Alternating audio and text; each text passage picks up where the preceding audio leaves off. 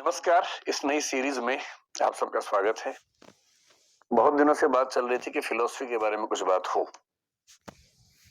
काफी सोचने के बाद कई बार तो लगा कि पता नहीं ठीक रहेगा या नहीं। ये भी होता है ना कि कोई विषय अगर बहुत मुश्किल हो, जटिल हो, तो समाज उसके लिए तैयार है भी या नहीं, ये भी दुविधा होती है। पर फिर सोचा कि एक प्रयोग करके देखते हैं। और मेरा ख्याल है कि आज की 1-2 घंटे की चर्चा के बाद या तो आपका इंटरेस्ट बहुत बढ़ जाएगा या हमेशा के लिए खत्म हो जाएगा। पर कुछ ना कुछ हो जाएगा आज की क्लास के बाद, क्लास के चर्चा के बाद। तो फिलॉसफी क्या चीज है, इसको समझने के लिए मैं एक बहुत सुंदर कविता से बात शुरू करता हूं।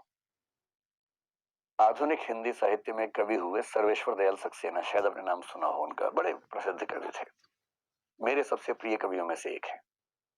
जब मैं स्कूल में था तब से उनकी कविताएं मैं खूब मंच पर बोला करता था।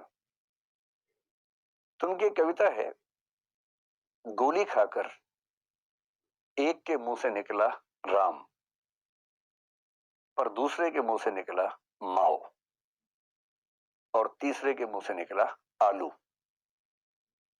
पोस्टमार्टम की रिपोर्ट है, पहले दो के पेट भरे हुए थे। खत्म हो गई, इतनी ही है। और अगर आप इस कविता को समझ पाए तो आप फिलोसफी समझने के लिए एकदम तैयार हैं।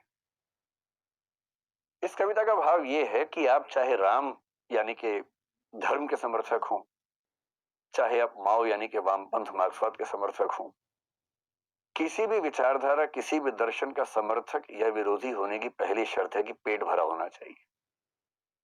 पेट भरा है तो दिमाग में विचार आएंगे। पेट खाली है तो सपना भी रोटी का आता है। भरे पेट हर चीज होती है। कुछ लोग कहते हैं कि फिलॉसफी भरे पेट लोगों का दर्शन है, जिनका पेट भर गया है, फुर्सत में उनका उनका क्या है, शौक है। हो सकता है सही बात हो।